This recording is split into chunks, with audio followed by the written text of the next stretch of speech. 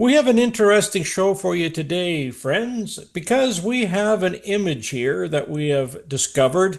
As a matter of fact, it's the original image. It is AS17-140-21495. We found this on the Flickr site, and we compared it with AS17-140-21495 from March to the Moon. And guess what we've discovered? The hole is completely different. Now, how can you do this? So, what I did was I put this image on Flickr, the original, in the editor, and I tried to stretch the hole out. And I tried stretching it sideways, I tried stretching it up and down, and I tried stretching it long ways. And I could not get that hole to match. Not even close. See, this hole is going across. Now, we shouldn't really call it a hole because it is a blob. It has gotten somewhere on the negative. What happened with the last video, we were giving you what ChatGPT said. When I was talking to Tim Trumbull, Tim was saying that this actually happened quite a bit when he was using the optical printer and handling some of the negatives. You would get these anomalies and little blobs and things that are on the image. But here's the interesting thing. This blob, number 1, is a different size. 2, it's a different shape. And 3, it only appears on this one image, not before and not after.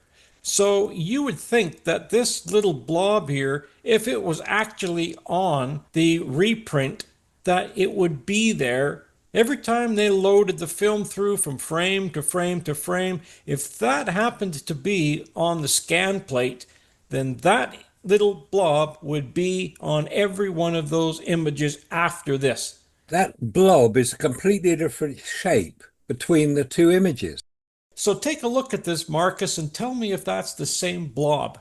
No, it's not. It's not the No. same shape. It's in the same position, or very close to the same position, but the shape of the blob is completely different.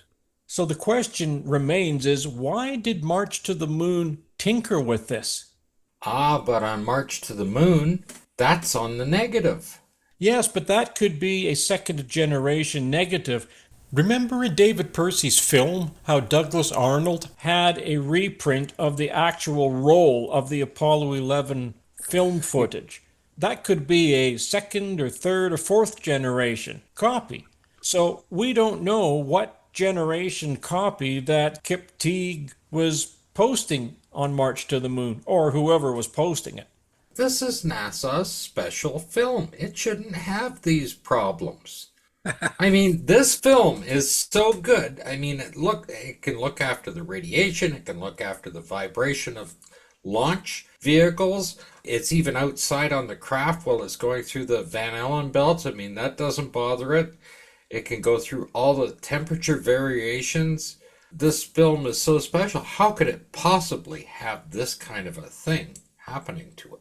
Yes, interesting how the Flickr image, which is supposed to be the original, when you Yeah. compare that to March to the Moon, how come the detail vanishes? This is supposed to be an original. Yeah, it's a Yeah. multi-generation copy. Let's see what the image on the Lunar and Planetary Institute website, because that's one I normally use to get original pictures up. I think that site and the journal site are the same images. They should be. I mean, there are many different sites you can get the images from.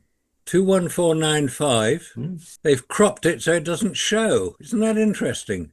It's got the lunar module there, if you know where to look for it, but the blob isn't there.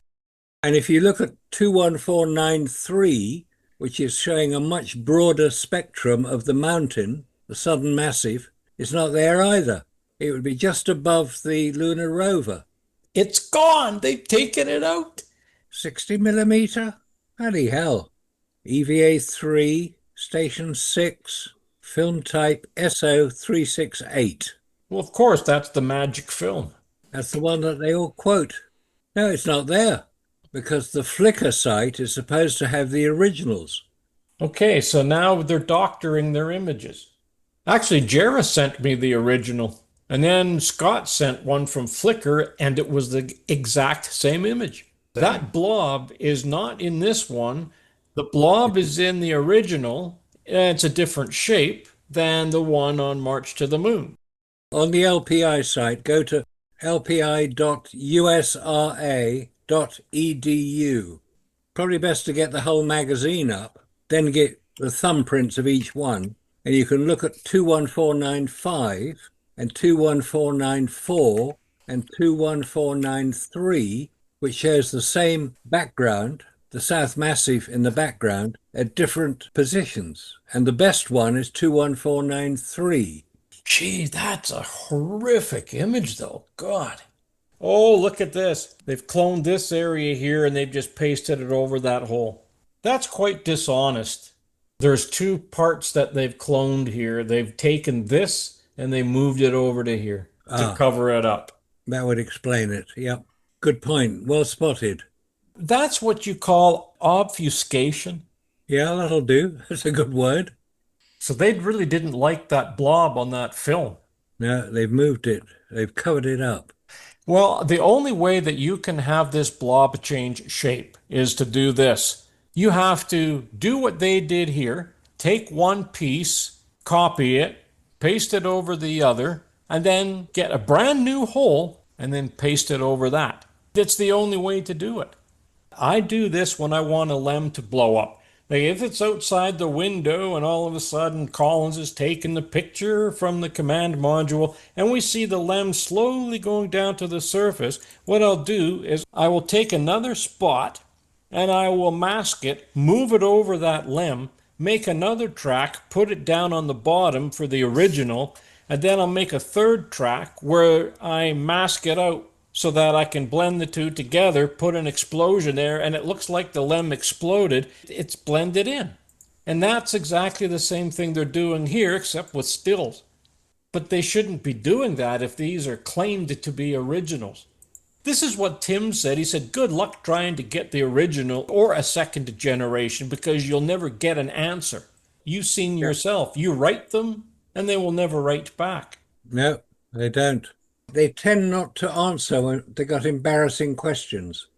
Tim was saying that one big monkey was making a stink out of this because we claimed that it was a hole in the Scotch light. And I said, no, wait a minute here. I says, we didn't claim it was a hole in the Scotch light. Chat GPT that said it was a hole in the Scotch light. And Chat GPT explained it in nauseating detail. It's like the Apollo program. It all worked in 69. And now we can't get back there with all the latest and greatest technology. So what they're doing here is they're going in reverse, just like they're doing with the Apollo and Artemis program. No different. If the automotive industry went the same route as NASA's going, we would be back to the horse and buggy within 50 years. And square wheels. And square steering wheels as well. 21495. It says the source frames, and it gives all the source frames for the panorama. And when I pull up 21495 there, it doesn't have the hole in it, and the hole is not in the panorama either. It looks like somebody has spotted that and it's appeared later because obviously these are duplicate images. Tim is correct. Yeah, but wouldn't you think that if NASA is doing a panorama, that they would take their best pictures from the original source? But what they've done is they've taken their low resolution and put this panorama together. This is interesting because when I go to the Apollo Lunar Surface Journal, the hole's there, and it is the exact same shape as the one on Flickr. Which is the same one that's on the journal site. All of my sources, what I downloaded, were all from the actual journal site. That mark is in the same position on each photograph if you relate it to the crosshairs. There's the link to the panorama. You can see in there that there are the source frames that they're using, and if you click on the source frame, it's the same lousy one that they come up with no hole, of course, but the resolution's way down. So that's what they're using for the source frames, but when you look at the panorama, they're much higher quality. Yeah, you can blow it up and really have a good look around. Do you see what I see? What's this doing on the surface? This is the very first thing that my eye went to. Look at the size of that thing, that clamp. That's a thing that hangs off a crane. That's a block and tackle. The ring's on the bottom side and the hook's on the other side. So what's that doing on the moon? And you guys cannot say that those are rocks anymore. It hasn't got any crosshairs on it. Oh, look at that. You're right. There's no crosshairs. No. So where did it come from? Yeah, but have you noticed in the panoramas they've removed the crosshairs? Well, that's true. Yeah. Let's have a look there. No, no crosshairs in the panorama either. That's right. That they have done. I like how they have the contact city as Flagstaff. Okay, well, there's no hole here either. Yeah. No. The reticules? Yeah, there's reticules here on this one. Yeah. Yeah, Is you there? have to zoom in to see them. I should have the lunar module there as well.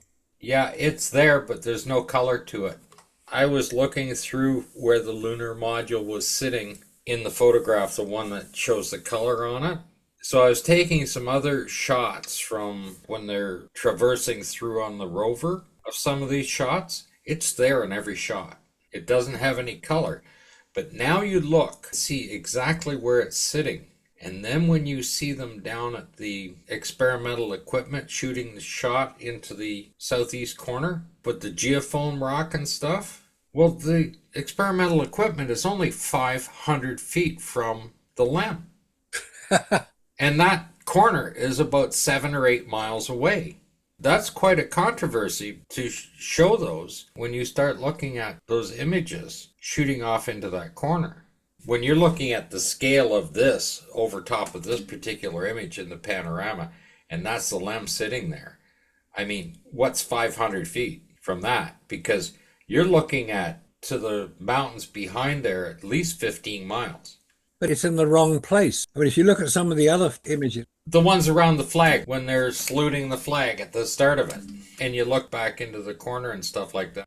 I showed the LEM from a completely different location. I put the two pictures in there, and I guarantee you nobody put two and two together. From the NASA proponents' point of view, you were saying that it appears the LEM is in different locations, Marcus. So I put the two side by side. No one said a thing in the comment section, nothing. I thought Faze would have definitely have caught that. And you're right, it is in a different location. yeah, Oh, it's yeah. quite different because there are 3 pictures I use in my presentation to show it's in a different position. And it's completely different. If you look where the lunar module is supposed to be in that panoramic photograph, Yeah, it does seem to jump around a fair bit.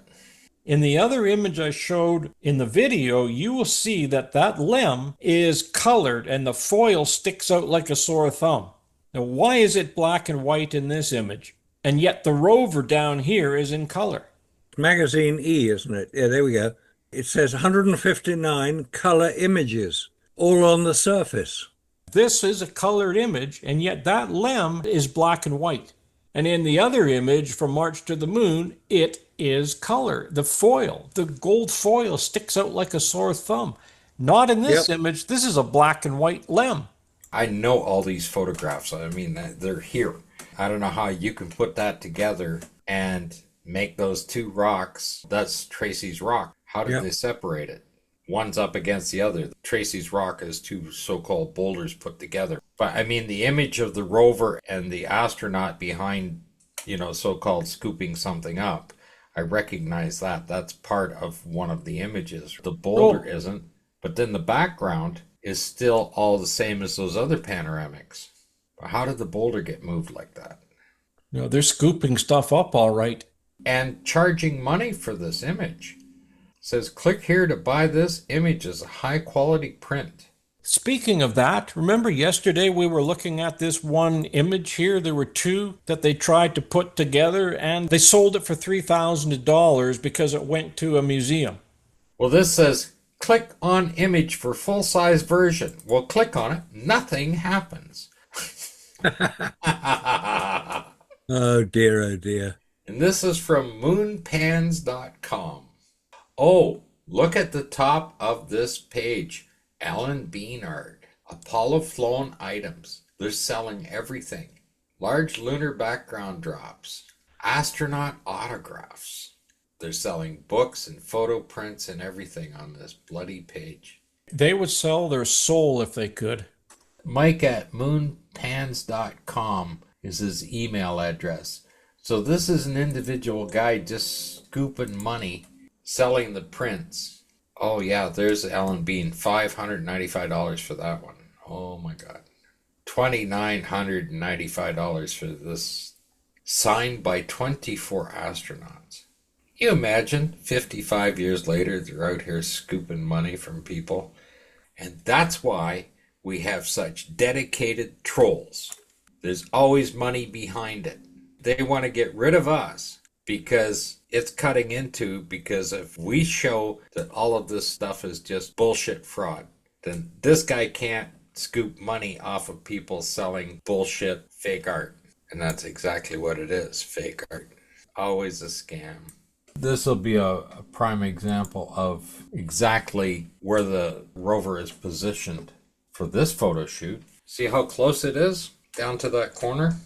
And then, of course, the experimental equipment's down there, and that matches that. And when you take a look at those long shots on magazine 140, they're anywhere near that scarp.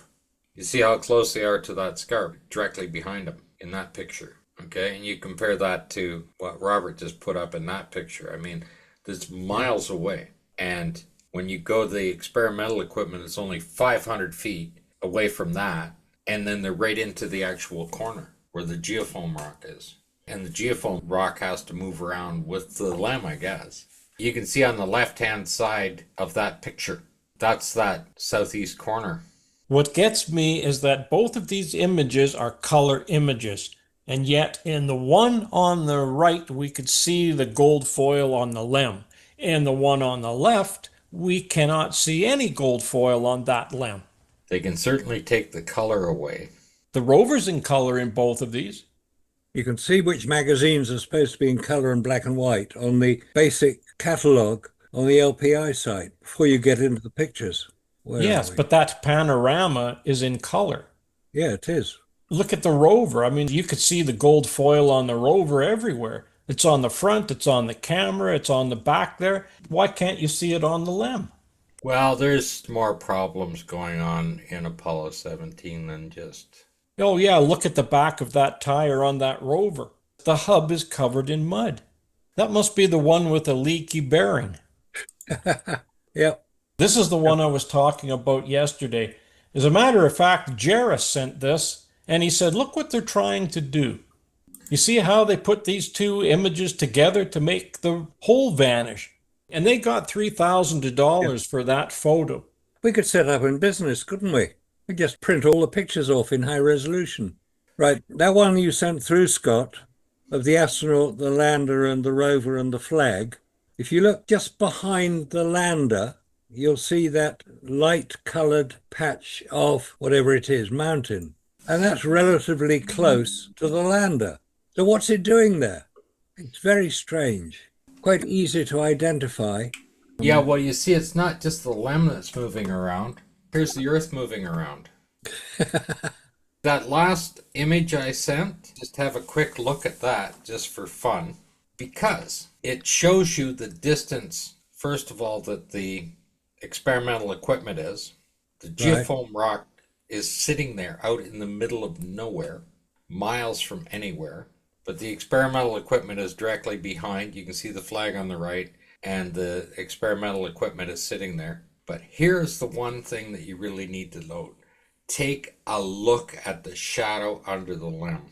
The sun is vertical, absolutely vertical.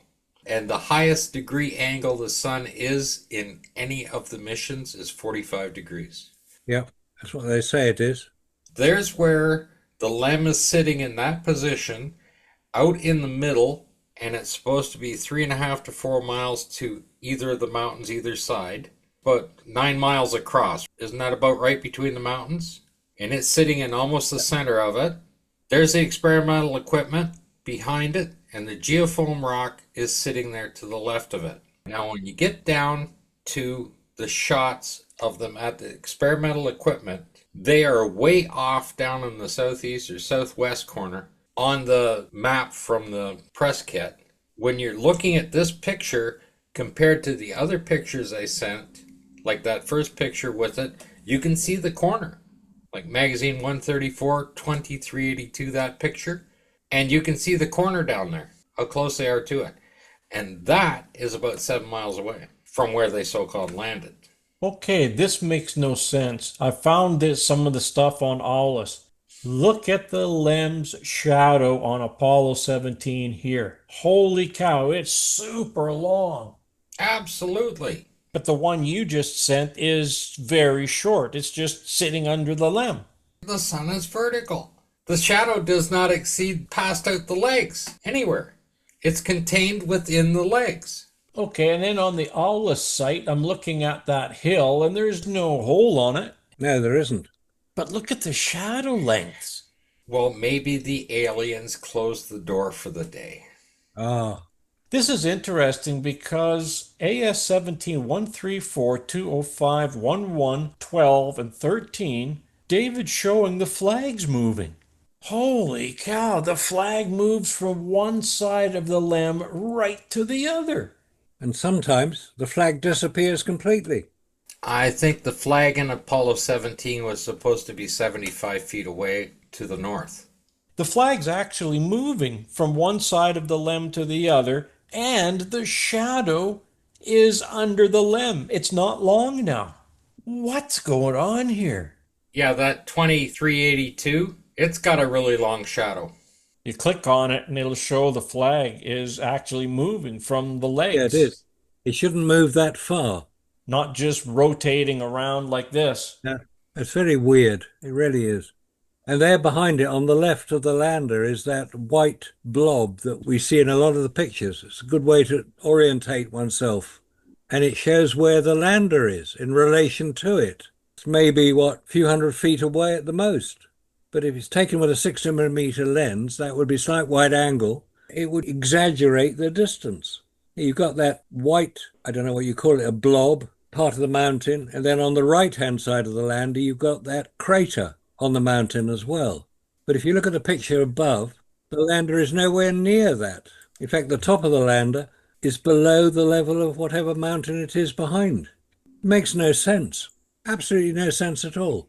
You can pretty much say that they're running around on Flagstaff and they're taking an entire day to do this. Is what you're looking at, because the first one with the super long shadow, there's the vertical. Here's another one. I mean, if we look at the sequential order of this on magazine 382 to 467. So the one with them standing there by the flag with the really long shadow is 2382. This one's 467. And the one that's vertical is 2459. Oh, so here comes the shadow back. 2467 and the shadow's back. 459. 8 photographs later and the shadows disappeared. Jeez. How could that happen between 8 photographs? They always do, but I can't see how that's possible. That first one you sent, the shadow is literally underneath that LEM. Not only is the shadow underneath the LEM perfectly, but if you look at the other photograph, look at all the junk that's out on the ground. It's got no tracks to it either. That's odd. Ah, That's an awful lot of activity around there between 8 photographs, isn't it? And a lot of sun angle movement. They didn't have time to re-rake it, I guess. No, and then you look at 467 and the shadow's starting to come out from the LEM from the left to the right. That's what I said, in 8 photographs. Yeah, the LEM shadow is progressively getting longer between those 8 photographs. And they can't be that far apart. So what are these guys going to say? Are they going to claim that these are days apart now? well, they only had 3 days to do it in. All right, let's say that was 3 days. Would the sun angle change that much in 3 days between 8 photographs? Did they just sit around for 3 days with one magazine in there and not do the rest of the stuff? It would only change about 40 degrees in 3 days. I think it's 13 degrees in an Earth day. So if they were on there for 3 Earth days, 72 hours, which they were, the angle of the sun should only change about 40 degrees. Then the shadow should not be this long. And then you go to 20447 and you have a super long shadow again. That makes no sense. No, none of it makes much sense. They started at EVA 1 at 22.2 degrees and EVA 3 finished at 48.7 degrees. They wouldn't need a very big set if they were using miniatures. Or even if they were using the real McCoy and they were pushing those barriers up, it would be the same thing as you would see underneath that crane.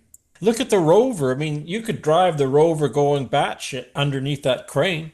I mean, let's face it, if they're using a high-speed camera, you're going to cover a lot of land in a very short period of time. And then when you slow that down, it's going to be even better.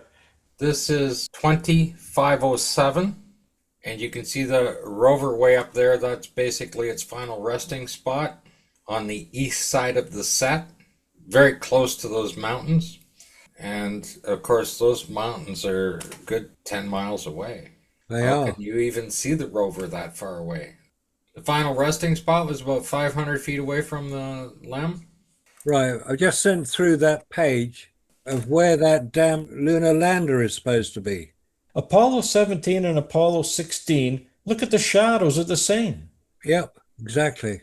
And then further down, you'll find the image of the lander and that white blob on the mountain. It does illustrate what we're talking about, really. It says the case of the missing lunar module. They're talking about hill A, B, and C. The same mountains. What's the lunar module doing there? Let alone the rover. See where it's showing the same background? A, B, and A and B. Yeah. Yeah. Oh, yeah. Well, where's the rover? Where's the rover?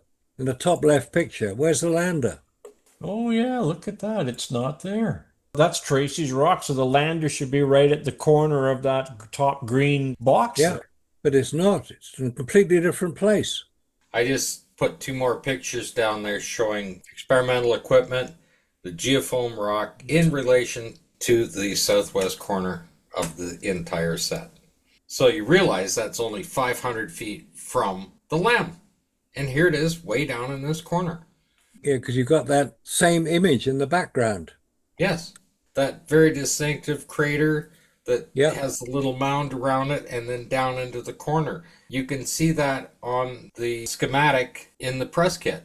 And that's miles and miles away from where the LEM landed. And the photographer is pretty well the same distance away from that background. And then suddenly we've got a nice big rock on the right, which doesn't appear in all the photographs, does it? Well, I guess we should talk about Gus Grissom then, because if you don't have a LEM, you can't make lemons. Yeah, yeah. Oh, nice one. And then you look at that other one there, captioned final resting place, and yet they're two different places. Yeah, that LEM sure gets around, doesn't it? Oh, it does. The funny thing about this rover is it looks like it just fell out of the sky. It does. Just drop there. You see Yeah. where it says both photos are captioned final resting place of the rover. But of course, when you've got a trackless rover, you wonder how it got there. And how did that duct tape stay attached if it was on the moon? Has a NASA sticker on it.